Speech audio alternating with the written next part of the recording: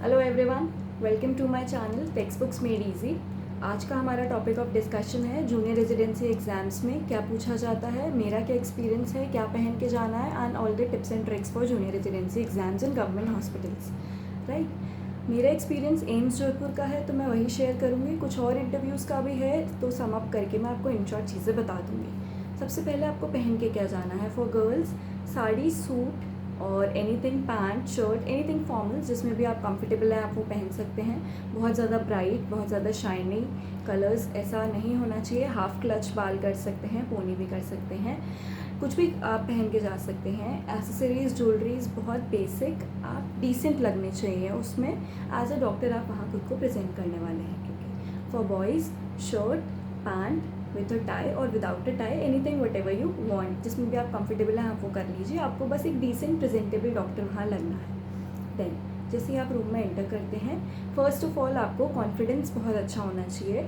If you are confident, आपको answer नहीं भी आता तो भी आपके मार्क्स बहुत अच्छे आपको मिल जाएंगे। अगर आप कॉन्फिडेंट हैं आपको चीज़ें याद भी जल्दी आएंगी और वो बहुत कोई डीप कंसेप्ट आपसे नहीं पूछने वाले हैं, बिल्कुल बेसिक चीज़ें पूछने वाले हैं। सबसे पहले आप जाएंगे, आप उनको ग्रीट करेंगे विथ 3-4 पैनल मेंबर्स वहाँ पर होंगे। देन आप जब वो बोल देंगे आप लाइक सिट डाउन, देन आप बैठ सकते हैं वहाँ पर।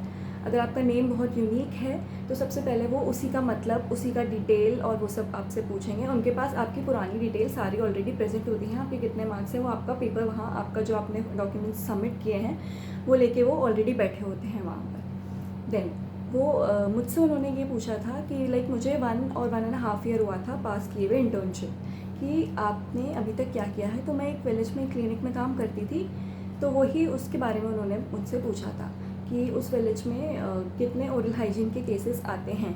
तो आई सेड 80 to 90% सर में रिक्वायर्ड होता है and I recommend them when ever needed. Right, उसके बाद उन्होंने पूछा था कि जिंजिवाइटिस, पेरिडोंटाइटिस में क्या फ़र्क है, क्या सिम्टम्स हैं, क्या साइंस हैं, आप क्या ट्रीटमेंट करेंगे, ये सब कुछ। आइडियली स्केलिंग कितने टाइम में करी जानी चाहिए, आप कितने टाइम में करते हैं, आप कितनी सिटिंग्स में करते हैं।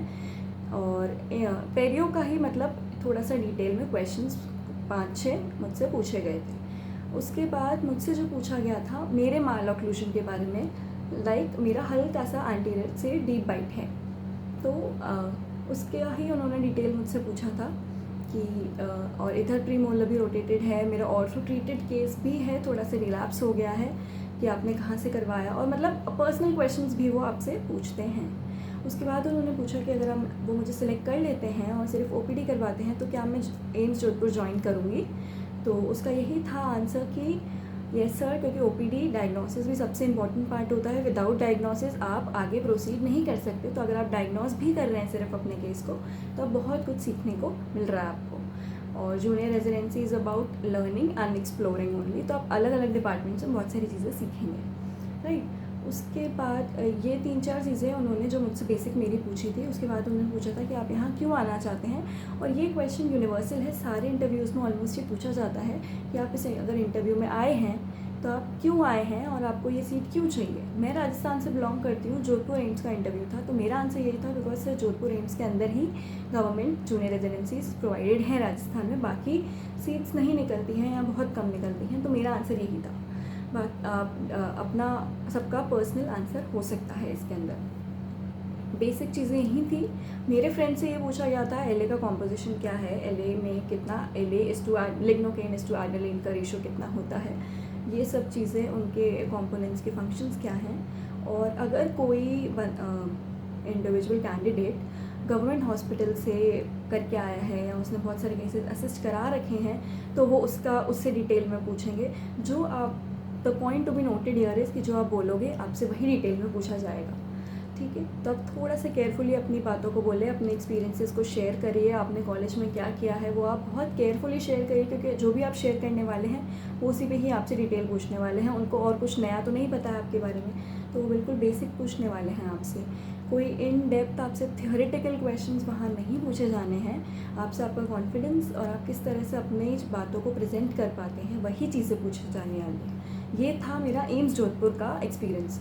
मेरे दूसरे इंटरव्यूज़ के एक्सपीरियंस में ये था कि डेंचर्स कितने टाइप्स के होते हैं, like complete denture, removable and fixed. Then आप इमीडिएटली पेशेंट को क्या दे सकते हैं अगर उसको कल ही कहीं जाना है तो तो आप इमीडिएट डेंचर्स दे सकते हैं, इम्प्लांट्स दे सकते हैं इमीडिएट, तो आप ये सब कुछ कर सकते हैं। और एक जगह मुझसे भी पूछा गया था कि वैरिकोज वेन्स क्या होती हैं, वैरिकोज वेन्स किन चीज़ों, किन इंडिविजुअल्स में डेवलप होती हैं, लॉन्ग स्टैंडर्ड जो ट्रैफिक पुलिस वाले होते हैं उनमें। अब वैरिकोज वेन्स का ट्रीटमेंट मुझसे नहीं पूछा गया, वैरिकोज वेन्स का डिटेल मुझसे पूछी गई कि क्या होता है, मैंडिबल के अंदर कितने ट्यूमर्स आपको कुछ के नाम बता दीजिए, उनका भी ट्रीटमेंट क्या होगा, एक्सिजन और एनीथिंग, आप मैंडिबलेक्टॉमी या जो भी आप करना चाहें आगे, कुछ के नाम क्या है, ये सब कुछ बेसिक स्टफ पूछा जाता है डेंटिस्ट्री का, जो आप डेली क्लिनिकल प्रैक्टिस में आपका देखते हैं।